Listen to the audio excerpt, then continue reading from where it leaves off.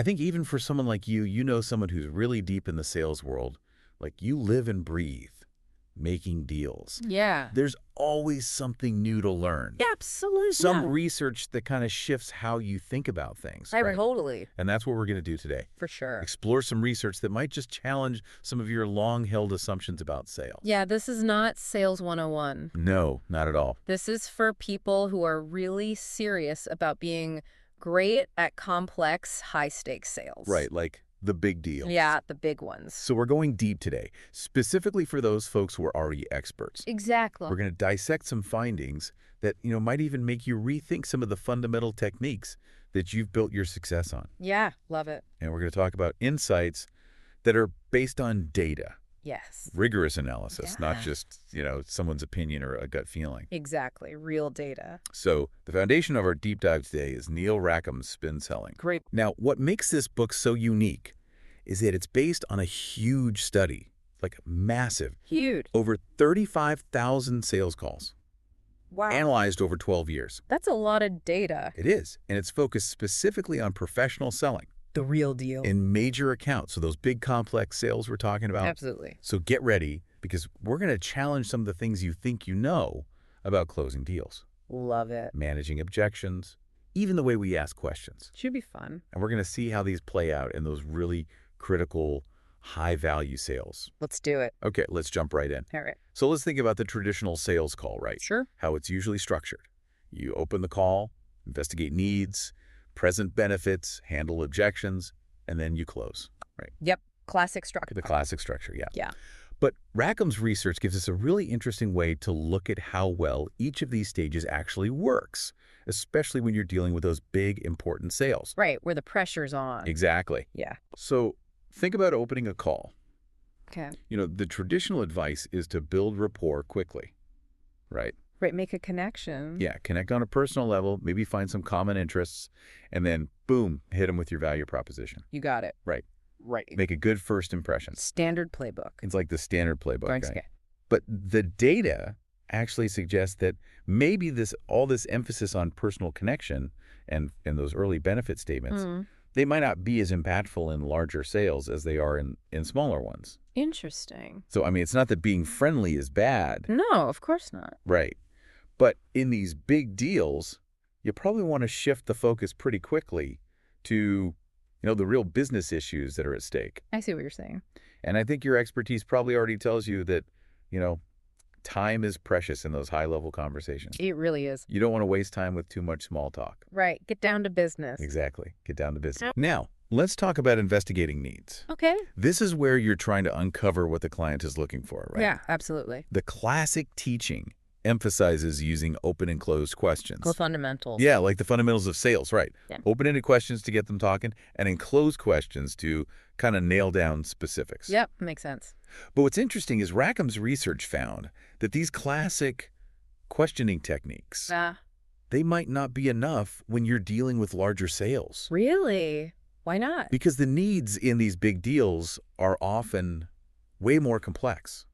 I could see that. Right. Like it's not just one simple problem they're trying to solve. Yeah, it's a web of issues. A whole web of issues. Right. And you need a more, like a sharper tool to really get to the bottom of it. Okay, so what's the solution? Well, we'll get to that in a bit. Okay. But it involves a more deliberate and, sophisticated way of asking questions. I'm intrigued. So let's move on to presenting benefits. Typically, we're taught to directly link our product's features to the advantages they offer. Right. Feature benefit, classic stuff. Like, hey, this feature will boost your efficiency by 15% or something like that. Yeah, that makes sense. It seems logical. And in simpler sales, it can be effective. For sure.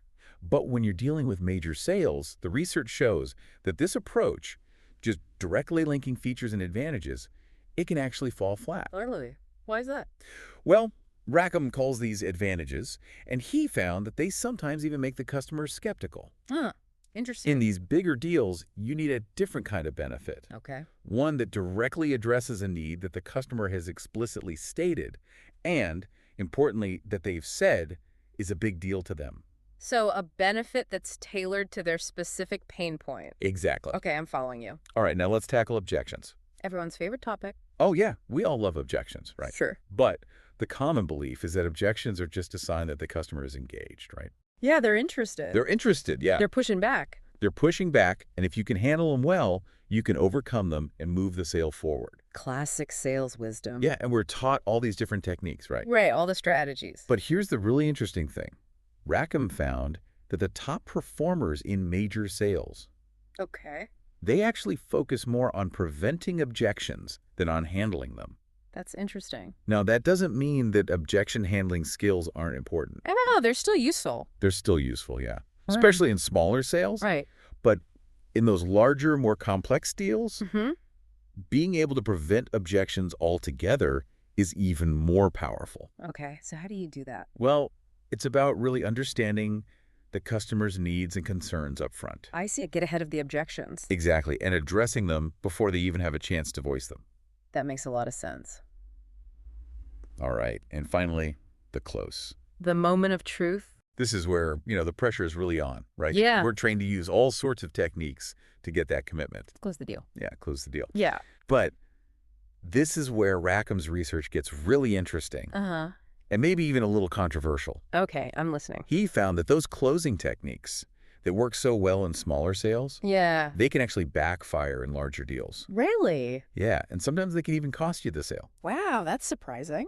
It is surprising. Yeah. And the data shows that successful large sales actually involve fewer attempts to close than unsuccessful ones. So it's not about the hard close. Not in these big deals. It It's would- more about guiding the customer towards a natural commitment. Makes sense. Yeah. So it seems like the traditional sales process needs a bit of a makeover when it comes to these major sales. It does. Yeah. And the research really highlights one stage that becomes super crucial, Which one is that? the investigating stage. The fact-finding part. Exactly. Yep. Your ability to really understand the customer's needs in depth, Makes sense. that is the biggest factor Yeah. in winning those big deals. Okay, that's really important. It is. And this brings us to the SPIN model. I've heard of that. It's a powerful framework for asking questions. Okay, tell me more about it. So the SPIN model breaks down the investigating stage into 4 specific types of questions. Okay, I'm ready. First, you have situation questions. Situation questions, okay. These are your basic fact-finding questions like, can you tell me about your current setup in this area? Or how many people are using this system? Right, get the lay of the land. Exactly. Yeah. Now, experienced salespeople, they tend to ask fewer of these. Yeah, they probably already know a lot of that stuff. Right. They've done their homework. Right, makes sense. Then we move on to problem questions. Problem questions. These are designed to uncover the customer's pain points, those things that are causing them frustration or difficulty. Right, the problems they're facing. Exactly. So an example might be, are you having any issues with the speed of your current process? Or is this system causing any bottlenecks in your workflow? Got it. So you're digging into their specific pain points. Precisely. And the goal here is to get the customer to express what Rackham calls implied needs. Implied needs, what are those? These are statements that hint at an underlying problem. Okay, so it's not a direct statement of need, but it suggests that there's a problem. Exactly. And the research shows that in larger sales, Yeah. simply identifying those implied needs, it's not enough. Really? Why not? You need to take it a step further. Okay. And that's where implication questions come in. Implication questions, all right? These questions are designed to really determine the seriousness of those problems Right. by linking them to their consequences. So you're helping them see the bigger picture. Exactly. Yeah. So let's say the customer mentions that they're having delays in their production process. Okay, classic problem. Right. An implication question might be, what impact are those delays having on your ability to meet your customers' deadlines? Or how is this affecting your overall profitability? I see. So you're connecting the dots for them. Yes. And those implication questions, they help increase the size and urgency of the problem in the customer's mind. So they start to feel the pain more acutely. Exactly. And that's important because it makes them more receptive to your solution. Okay, that makes sense. Do you remember that car sale example I mentioned earlier? Yeah, I think so. It illustrates this really well. Remind me how it goes. So instead of just saying your car is old, which is kind of a weak statement, right? Yeah, not very compelling. The salesperson could use implication questions like, with your car being 7 years old, are you starting to see higher repair costs? Or, given the mileage, are you worried about its reliability on long trips? Okay, so they're not just stating a fact. they're getting the customer to think about the potential downsides. Exactly. And those questions force the customer to consider the negative consequences of holding on to their old car. Which makes them more likely to want a new one. Exactly. Is there All right, now, the final piece of the spin-in model is need payoff questions. need payoff questions? Okay. These are all about shifting the focus to solutions and the positive outcomes they can deliver. So you're getting them to think about the benefits. Yes, but here's the key. You're not just stating the benefits yourself. Okay. You're guiding the customer to articulate those benefits themselves. I see. So they're selling themselves on the solution. Exactly. Clever. So, for example, you might say, would it be helpful to have a system that could reduce those delivery delays by 15%? Or how would it impact your team's morale if you could eliminate those bottlenecks? Okay, so you're getting them to verbalize the value. Exactly. And that makes them more likely to buy in. Exactly. And the research shows a strong correlation between the number of need payoff questions a salesperson asks and their success in larger sales. So the more they get the customer to articulate the benefits, the better they do. Exactly. Top performers ask way more of these questions. Okay, that's powerful. Now, you mentioned that the student sequence can sometimes happen naturally, right? Yeah, it does. So do you think we always need to consciously plan it out? Well, I think skilled salespeople often use elements of Stir Dustbin without even realizing it. Yeah, like it's just part of their natural style. Right. But consciously using the model, especially in those complex sales, it can really make a difference. I can see that. It's like having a roadmap. Yeah, a guide. Yeah, a guide to help you navigate the conversation and uncover those explicit needs. Makes sense.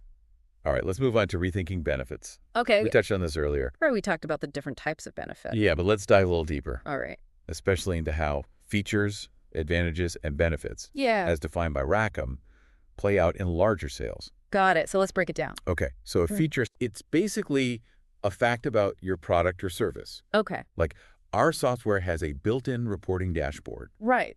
Just a factual statement. Exactly. An advantage explains how that feature can be used or how it might help the customer in general. Okay. So, for example, that reporting dashboard will give you real-time insights into your sales performance. Okay, so it's a potential benefit, but not specific to any particular need. Right. And then a benefit, as Rackham defines it, it directly addresses an explicit need that the customer has already stated is important to them. Okay, so it's a solution to a specific problem they've identified. Exactly. So if the customer said, we're struggling to track our sales metrics effectively, then the benefit would be, our reporting dashboard will give you the real-time data you need to accurately track your sales and identify areas for improvement. Okay, I see the difference. So it's much more targeted. Uh-huh. It's not just a general positive. It's directly addressing their pain point. Right, and that's more effective in larger sales. It's because they're looking for solutions to specific problems. Exactly. And the research shows that those traditional benefits, which are often just advantages, they can actually be perceived negatively in larger sales. Really? Why is that? Because they sound generic. Okay. Like you haven't really taken the time to understand their specific needs. Yeah, they come across as canned. Exactly. And you mentioned earlier that the impact of features, advantages, and benefits changes throughout the sales cycle, right? Yeah, that's a really important point. So let's talk about that. Ah. Features, they tend to have a pretty low impact throughout the whole process. They're just facts.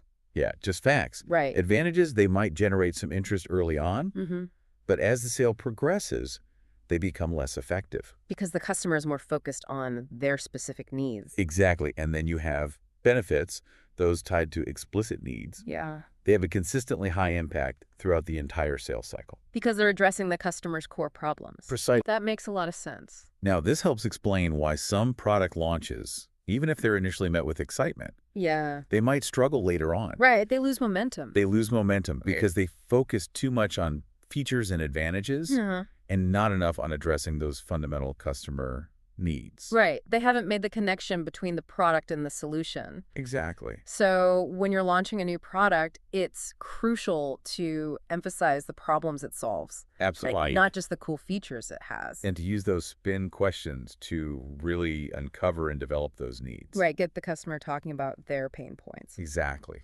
Okay. That's really helpful. All right, let's shift gears to objections. Back to objections. We talked about the importance of preventing them in larger sales, right? Right. Get ahead of them. But can you explain why the traditional focus on objection handling might not be the best approach in these situations? Yeah, so the research actually suggests that objections are often a direct result of presenting advantages too early. Okay. When you start talking about what your product can do before you've fully established a need, Uh-huh. you're essentially giving the customer reasons to object. I see. They haven't bought into the problem yet, Exactly. so they're not ready for the solution. Right, and by rushing to present your solution, Yeah. you might be creating the very objections you then have to overcome. That makes sense. But if you use those implication and need payoff questions effectively, Uh-huh. you can build a strong sense of value in the customer's mind and uncover their explicit needs. Right. And when you then present your solution, it's seen as a direct response to those needs.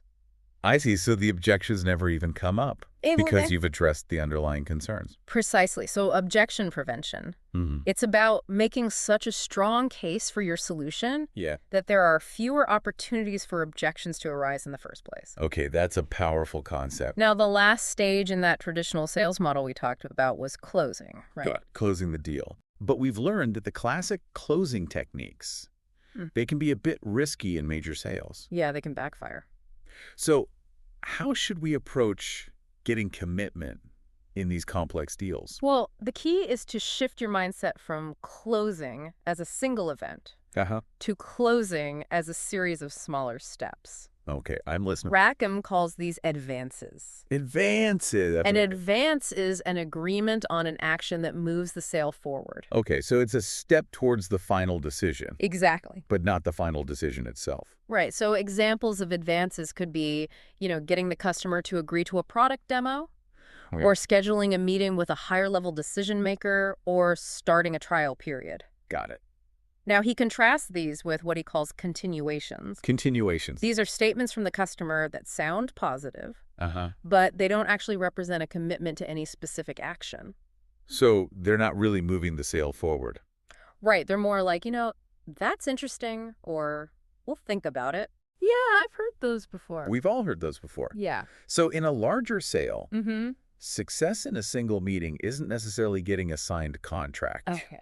It's about securing that advance, that next step. I see. So it's about making progress. Exactly. And to get those advances, there are 3 things you need to do. Okay, tell me more. First, you need to make sure you've addressed all the customer's key concerns. Right. No lingering doubts. No lingering Well, doubts, yeah. Okay.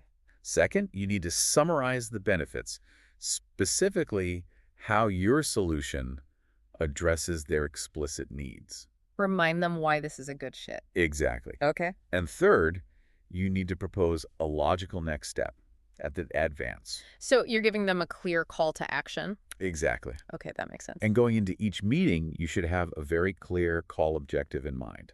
Right. What do you want to achieve? What specific advance are you aiming for? Okay, be specific. Be specific, yeah. Got it. Because without a clear objective, Uh-huh. you're kind of just wandering aimlessly. Yeah. No direction. Now, lastly, I want to touch on something that the research really emphasizes. Okay. It's not just about the big strategies. Mm-hmm. It's also about the small details. So little things. The little things, yeah. Okay. Rackham found that success in sales often comes down to the accumulation of those tiny behavioral details within the conversation. Interesting. It's how you phrase a question, Okay. your tone of voice, your body language, those subtle things. Nuances. The nuances, yeah. Yeah. And this is why it's so important for even experienced salespeople Mm-hmm. to review their calls in detail. To analyze what worked and what didn't. Exactly. Ah, Top performers, they make this a habit. they're constantly looking for ways to improve. They are. They're always trying to refine their approach. That's a great takeaway. And if you're looking to improve your sales skills, Rackham offers these 4 golden rules for learning skills. Okay, what are they? First, practice only one new behavior at a time. Don't try to change everything at once. Don't overwhelm yourself. Yeah. Right. Second, practice in low-risk situations first. Yeah, get comfortable with it. Yeah. Get comfortable before you try it in a high-stakes meeting. Third, quantity leads to quality. Practice, practice, practice. Exactly. The more you do it, the better you get. Okay. And fourth, get feedback on your performance. See what others observe. Yeah, ask a colleague or a mentor to watch you and give you some pointers. Great advice. So even for our expert listeners today, Mhm. there's always room for improvement, right? Absolutely. Whether it's consciously practicing those S-Spin questions or refining your approach to securing commitment, Always learning. always learning. Yeah. So to sum it all up for our audience, especially those who are already experts, Okay. success in large, complex sales requires a different mindset. Uh-huh. It's about really understanding the customer's world through those S-PIN questions, Right. addressing their explicit needs with tailored benefits, preventing objections before they even come up, and securing those advances, those incremental steps towards the final decision. Makes perfect sense. And it makes you think, doesn't it? It does. Even with years of experience, Uh-huh. it's valuable to look at your own sales practices through the lens of this research. For sure. Maybe analyze your past wins and losses. Yeah. See how they line up with the SPIN model. Great idea. And for those who want to dive even deeper, I highly recommend checking out Neil Rackham's Spin Selling. Definitely. It's got a wealth of information and insights. It's a classic. And hopefully this deep dive has given everyone, even those at the top of their game, Yeah. a fresh perspective Uh-huh. on the art and science of winning those major sales. It's been really insightful. It has. Thanks for having me. It's been a pleasure. Yeah. I think we've all learned a lot today. I know, I have. And as always, thanks for joining us on this deep dive. Thanks for listening, everyone. We'll catch you next time. See you then.